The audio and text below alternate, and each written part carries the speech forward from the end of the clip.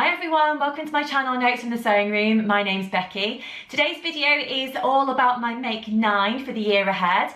I did do a Make 9 last year in 2020. I didn't do too well in actually sticking to all my plans, mainly due to being pregnant, and a lot of the patterns that I'd picked didn't really sort of fit with my pregnancy and my growing tummy, etc. But this year I plan to do better and try and make as many of the things as I can. So stay tuned and you'll find out what I'm planning to make over the next few months.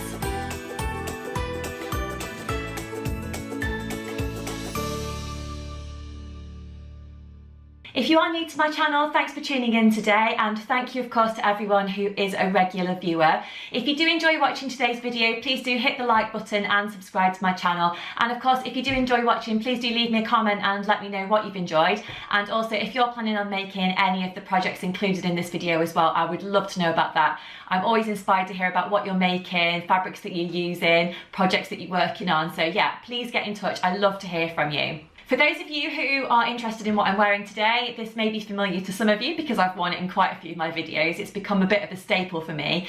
This is my Sew Over It Emma dress. It was made just a few months ago, but I absolutely love it. It's just made in a Ponte Roma fabric, and it just gets loads and loads of wear. It's been through the wash loads of times, and I'm just going to keep on wearing it until it wears out, basically. I've given quite a lot of thought to my Make 9 this year and things that I want to choose for the list. I've tried to go for things that are practical, that are going to fit in with me being on maternity leave, things that I can wear a lot, things that are, you know, really aren't going to be just stuck in the wardrobe doing nothing. So I hope you enjoy what I've got to share with you today. I will be putting some footage on the screen of the patterns that I'm talking about. Sometimes I'm going to be holding some things up as well if I've got the patterns here already, and I'm just going to be telling you about why I've chosen those things for my list. If you are making a Make 9 of your own this year, I'd love to find out what you're working on as well, so do get in touch.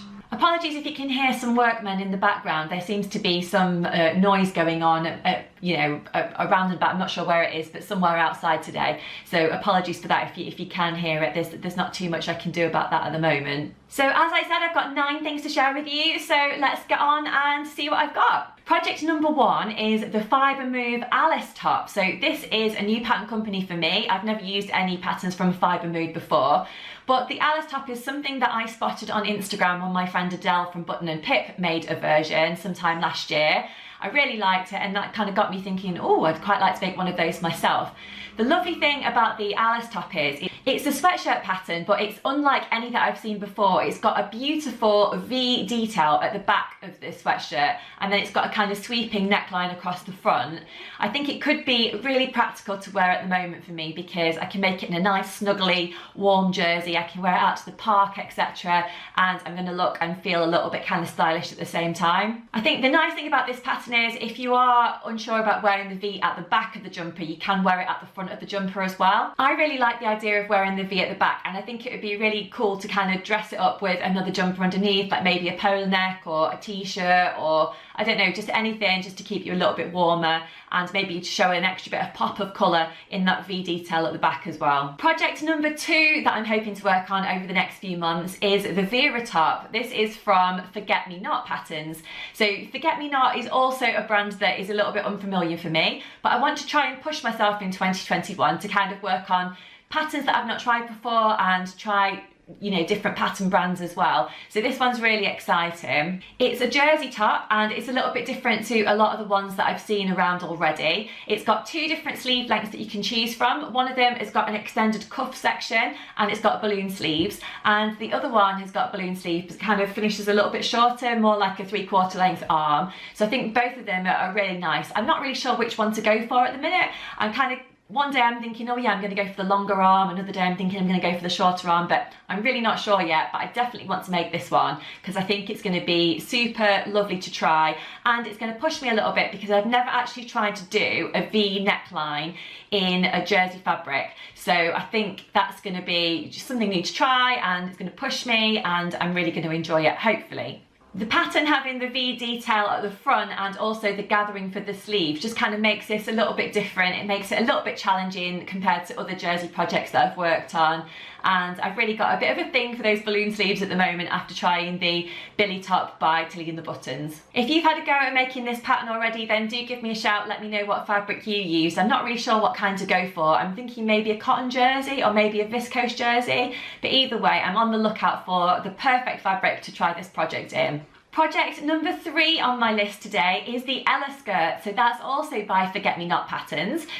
It is a skirt that's like no other one that I've got in my wardrobe already, and that's why I want to try it. It's a gathered skirt that's got a subtle low high hem, and it's also got a beautiful gathered section around the bottom of the skirt. It comes in 3 different lengths and it's got 3 different pocket options as well. So I feel like there's loads of options there to kind of mix up the fabrics and just make it look really pretty in whatever kind of material I decide to go for. I'm actually thinking of using some kind of chambray fabric to make it. One of the things that I love to wear is denim skirts, and I think I'm going to choose some kind of chambray that's maybe like a blue denim type look, something like that, or maybe I'll go for something really bright like a pink or a red.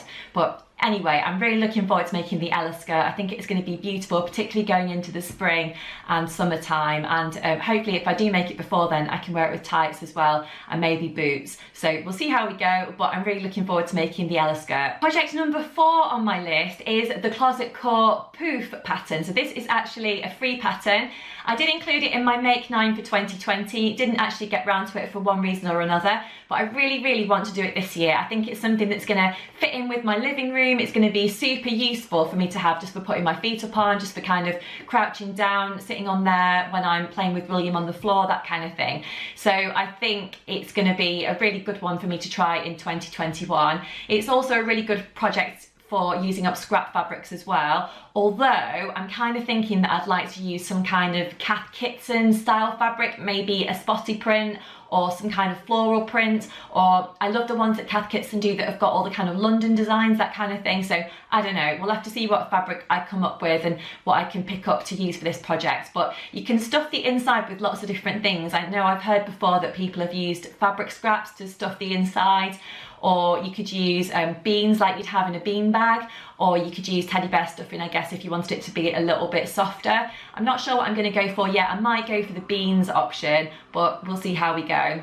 Project number 5 is another Fibre Mood option. So this is the Ida top by Fibre Mood. I actually came across this one just by browsing on their website, and I think it's going to be brilliant for going into spring and summer for me.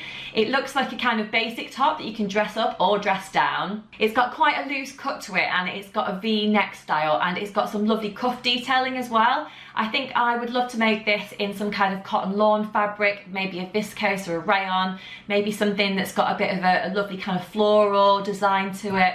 Not sure, but I'm sure I've probably got plenty of bits and pieces in my stash that I could use for this project, because I don't think it probably need very much fabric to use at all. I would probably pair the Ida top with some high-waisted jeans perhaps, or maybe a high-waisted skirt if I was tucking it in. I don't know, but again, I think it's going to be a brilliant one for me to try in 2021. The next one on my list is the Bobbi skirt by Tilly and the Buttons. I'm sure a lot of you are familiar with this pattern already, but I bought this one for myself in the run-up to Christmas as a Christmas gift. So I think this is right up my street, and it's going to be something that I will get a lot of wear out of. As I said earlier in this video, I do love wearing denim skirts, so I am planning on making this in some kind of denim fabric. Not sure what colour yet, but I'm going to go for some kind of denim, and I'm planning on putting jeans buttons down the front of the skirt as well. The thing I like about this skirt is that I think I can wear it in winter, I can wear it in summer, I can just dress it up, dress it down, that kind of thing. I'm probably going to go for a mini type version, although I often find with the Tilly and the Buttons patterns that I do have to lengthen it a little bit just because I am quite tall. But either way, I think I'm going to really like it. I'm probably not going to get around to making the pinafore at the moment, although that is a lovely option as well that comes, of course, in the pattern pack. The best thing about making the Bobbi skirt as well is that if I make all the other tops that I've already mentioned in this video, they're all going to look great with this skirt. Fingers crossed I get a chance to make the Bobbi skirt really soon, because I feel like this is a big gap in my wardrobe and I will get just loads of wear out of it all the time. So fingers crossed I do get to make this soon, because I feel like I've got a big gap in my wardrobe at the moment and this pattern is going to fill it. Project number 7 in my Make 9 is from the Tilly and the Buttons Make It Simple book. Now I do seem to be working my way through this book at the moment, making a few different things from here. So one of the things that I've wanted to make for ages is the olive pinafore. So I don't know if you're familiar with the olive pinafore here, I've just knocked my overlocker. It is a lovely little dress, and it's not your regular kind of pinafore because there's no kind of fastenings at the top here. It's got more of a kind of V detailing at the front. So again, I'm probably going to go for some kind of denim fabric. I've actually got quite a sort of coral coloured denim in my stash that I'd quite like to use, and I think that could work really well for this project. And again, I'll probably go for some fancy buttons down the front. If not jeans buttons, maybe some other kind of buttons, maybe something a little bit glitzy, not sure yet. But the thing I like about this is it will work really well with a t-shirt underneath or a long sleeve t-shirt top to wear at the moment. But also I could probably wear it with no t-shirt under as we move into the nicer weather. So that would be really good.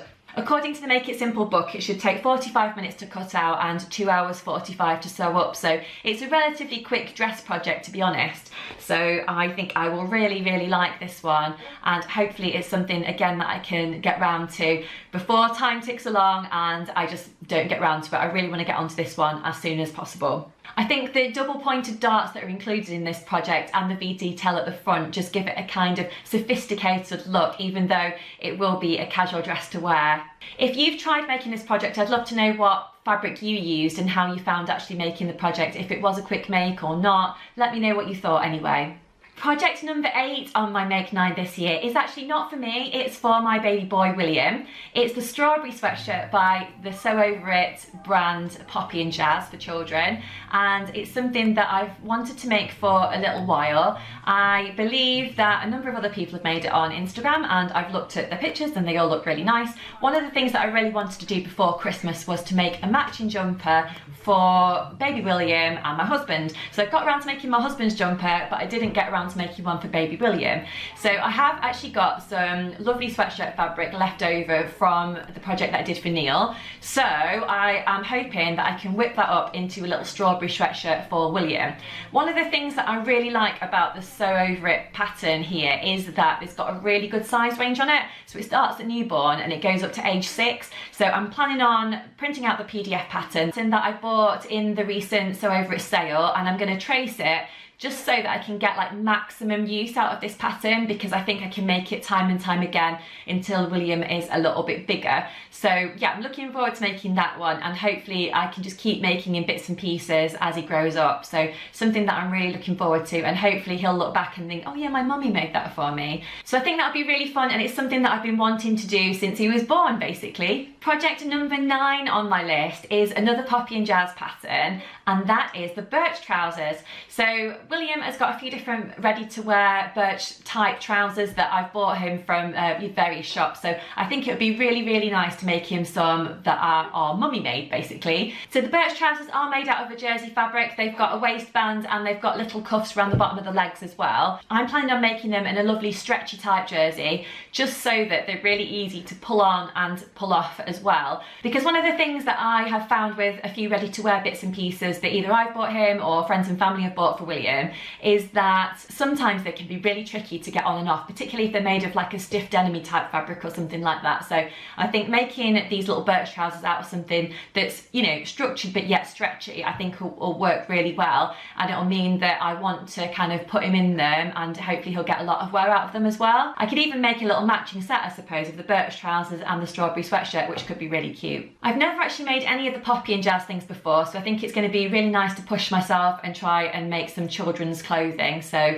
yeah, I'm looking forward to diving in there and trying something different. There is the option with the little trousers to add a drawstring waist, but I'm not sure if I'm going to bother with that. But I guess it depends on what fabric I end up using and what materials I've got to hand, so we'll see. I hope you've enjoyed watching today's video. If you have, then please do hit that like button and leave me a comment below. Let me know what you have enjoyed today, and of course let me know what you're working on as well. I do love to hear about what your projects are at the moment, what fabrics you're using, etc, etc. It really is inspiring for me to find out what other people are doing at the moment. And I really like to hear your feedback as well about if you've enjoyed my videos or not, and any ideas you've got for future content for me. I really want to make my videos so that you enjoy them and I enjoy making them, so hopefully it's a bit of a two-way process. I'd love, of course, to hear if you have tried any of the projects that I've mentioned in my video today and what fabrics you've used, etc., because hopefully that will help me decide what I'm gonna make over the next few months. But until next time, I'll leave it there. Thank you so much for watching. I really appreciate it, and I'll see you soon. Bye.